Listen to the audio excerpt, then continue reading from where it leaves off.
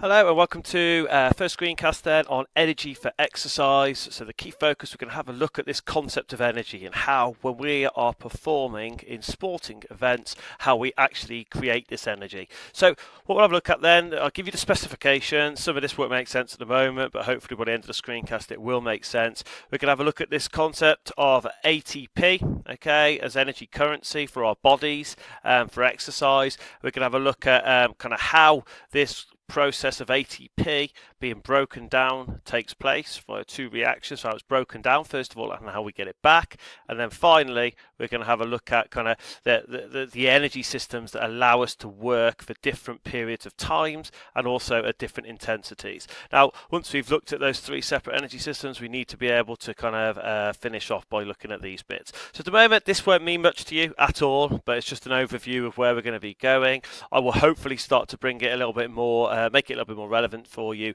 from now. So basically what we have to look at then, the first focus, we have to know about the role of something called adenosine triphosphate. Now, adenosine triphosphate is absolutely vital, and the reason why, and I'll give you a few key things about it. Okay, it's located in our muscles. All right, so it's located in our muscles. Second thing is, it is the energy currency of the body. Now, what does that mean? If you think about, if you're going abroad this year, you go to somewhere in the European Union, you would have to use euros. Okay, that's the only currency you can spend when you go to those countries, and very simply, if you think about how we spend energy, the only way we can spend energy in our body is by using this ATP molecule, or adenosine triphosphate, because it is the only usable energy source in our body, okay, so in our muscles. So it's the only way we can use it. So it lasts for 3 seconds, which causes us a problem. So if I kind of give you, the problem, of course, is that, if it's the only usable energy source, and it only lasts for 3 seconds, that brings us a massive problem because we need to get it back. So how it works is this. If you consider the ATP, if you try and use a little analogy here, and you think about the battery in your phone, okay? So imagine you've got, you have got a phone battery. Imagine this phone battery then, basically will only last for 3 seconds. It's a really poor phone battery. So in order for you to get that battery back, when it's broken down, when it's run out, you have to stick it into charge. You've got 3 key charges that we will have to use. So we basically, once we've used that 3 seconds of energy, we've got to charge it back up for the first energy system, which is called the ATP-PC system. We then charge it after 10 seconds. We have to use a new charger or energy system, which is the glycolytic system. And finally, for the third energy system, which lasts us from 3 minutes up to kind of 5 hours, we use something called the aerobic energy system as a charger. Okay, so think about it that way. 3 second phone battery, and you have to use 3 different energy systems or chargers or fuels within an energy system to allow us to get this ATP back. Okay, so hopefully that makes sense to you. 3 seconds in the first instance, and we use 3 energy systems to get that energy, that ATP back, so we can break it down and use it again. So let's have a look then. So that is kind of ATP. You need these key things in here. You will get marks for knowing these 3 things about adenosine triphosphate. What adenosine? 3-phosphate, stored in the muscle cytoplasm or the muscle cell. It's the energy currency of the body because it is the only usable energy source, and it lasts for 3 seconds. Now, if I start you there now and say, I've said it works for 3 seconds. What you need to understand then is how it gives you that 3 seconds, because in biology we need to have an understanding, or physiology, of how this starts like this, but then how it's broken down to give us that 3 seconds of energy in the first instance. So let's have a look then. ATP breakdown, the way it works then. When I gave you your kind of homework task, or kind of when you've researched stuff into this, you kind of had an understanding of that fuels that are located in our muscles are broken down by enzymes. So if we have a look at this first one then, so you've got adenosine triphosphate, okay, so that is your first thing there. We've talked about that. How do we go from having that in our muscle when we start moving to giving us 3 seconds of energy? Well, it does it like this. The enzyme ATPase or ATPase, okay, attaches to and breaks off the 3rd phosphate. Okay, when it does that, it will release energy, and that gives us our 3 seconds of work because it allows our muscles to contract.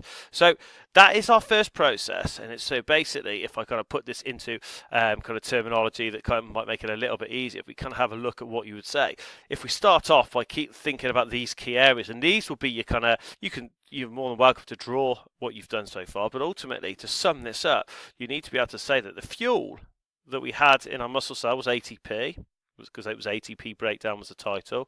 Okay, the enzyme, it was broken down by ATPase.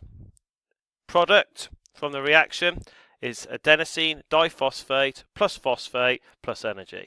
Because if you look up to here, it's ADP, so adenosine diphosphate, because there's 2, okay, plus another phosphate, and then plus the energy that we got to give our muscles the 3 seconds of contraction. So ultimately, you need to know the things that are in red. ATP broken down by ATPase to ADP plus P plus energy. Okay, that is what you need. You don't need to know the actual big words like this now, but I think it helps in the first instance, the first time you learn it. So you might kind of, a couple of things you might just want to add to this so far. If you look at this here, in between the second and third phosphate is something called a high energy bond. Okay, so the high energy bond is broken. Okay, that is why the enzyme attaches to the third phosphate, which breaks it off.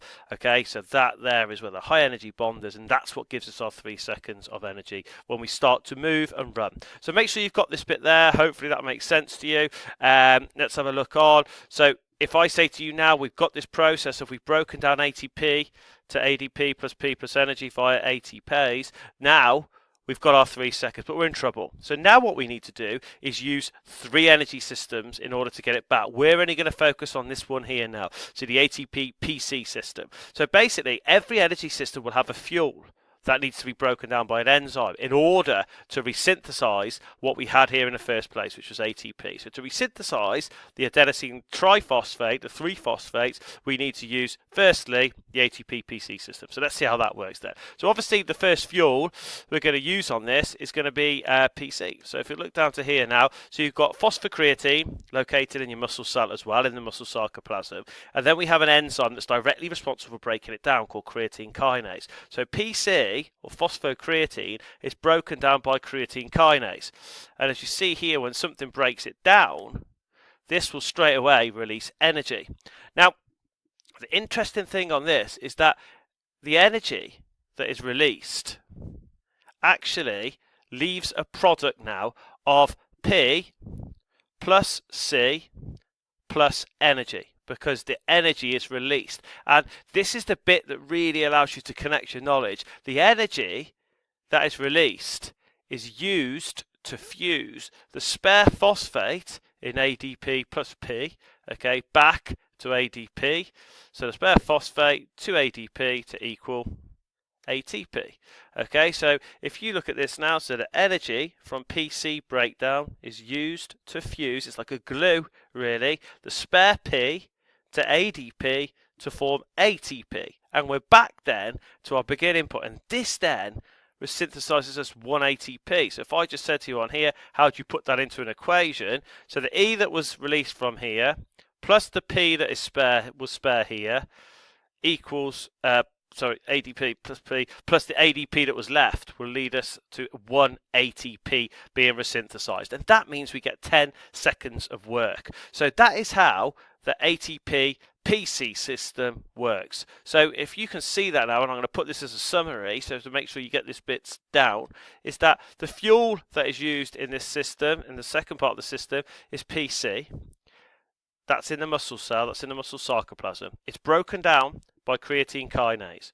Now, the product, as a result of it being broken down, is phosphate plus creatine plus energy, or P plus C plus energy. Now, as a result of that, we then need to, once we've got this breakdown of PC, it gives us the energy, we've got to then, in order to use the energy, got to recreate or resynthesize ATP, and that is done by the energy plus the phosphate, or fusing the phosphate to ADP to form ATP. And that then gives us 10 seconds of high intensity, low duration work. And you're thinking of things like anything that is anaerobic. You do not need oxygen for these fuels. If you remember what we talked about with the fast twitch type 2B fiber, you're looking at things like a discus, you're looking at things like a shot put, you're looking at things like a sprint in football, you're looking at things like a shot in football, you're looking at things like a rugby tackle. Okay, these things at high intensity, low duration, and you can break down the fuels really quickly within our muscle cell without using oxygen. So that's a kind of overview of it. If you wanted to have a look at this and see how the system works together, because remember it's called the ATP-PC system, so we've got to talk about ATP broken down, product, and then we've got to talk about how PC is broken down to refuel or resynthesize the ATP that we had. So if I just take it over to here, if you want to see a visual of this and how it works as a system together, the ATP PC, we've got to talk about the start point, ATP broken down by ATPase into ADP plus P plus energy. Then, because that, what I'll talk to you about in the lesson, how these two link, but then because we've used our 3 seconds, we then need to use a second fuel to resynthesize this. So we use PC broken down by the enzyme creatine kinase. That leaves us with a product of P plus C plus energy. That energy is used to fuse the spare P to ADP to equal ATP. Okay, and that gives us our final bit. So if you feel like, some people will learn visually, other people will need to see it as a sequence or logical, that's absolutely fine. Either way, you need to make sure you have an understanding of how we start with ATP, how it's broken down, and then how we end up with kind of PC, using PC to resynthesize ATP. So I think now is really important, whether you do this now or you do it at the kind of before. It'd be preferable to do it before you go in the lesson, really, and certainly after the lesson. Is have a look at this as a kind of an overview. Do you feel like if you saw these, and this is what you're going to be working towards presenting, is do you feel like you can look at this ATP breakdown? So ATP-PC system means you've got to break down ATP first.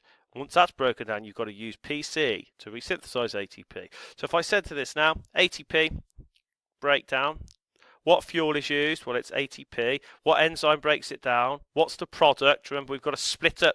If it's split up, we've got to put that into an equation. And if these red bits you do not need to do yet, we're going to do that in the lesson. This has a specific name with regard to a reaction.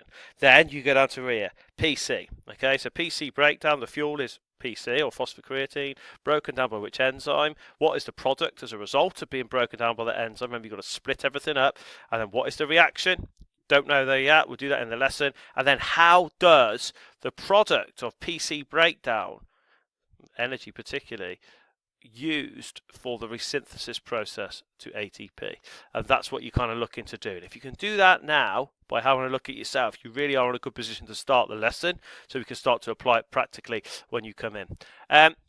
In the lesson, we'll be looking at making sure we can apply the energy system, and you can make sure you can understand whether it's aerobic or anaerobic, the fuels that are used in the system, the site at which the reaction takes place in the body and the muscle cell, the enzymes that are used, the ATP yield, so how many ATP do we get from that, and then we'll have a look at the time that will give us in terms of exercise duration. Hopefully you'll pick some of that up from what I've spoken about in the screencast. Then the stages within the system, so ATP breakdown and PC breakdown, and then any byproducts that could cause problems. So that is what you'll be looking to do. We'll have a look at evaluation in the system as well in the lesson, but for now I think it's really important you have a listen to this and try and make sure by the end of it you can talk about all the things in black down here. Don't need to worry about reds because that'll be stuff we'll go through in the lesson. Okay, thank you very much.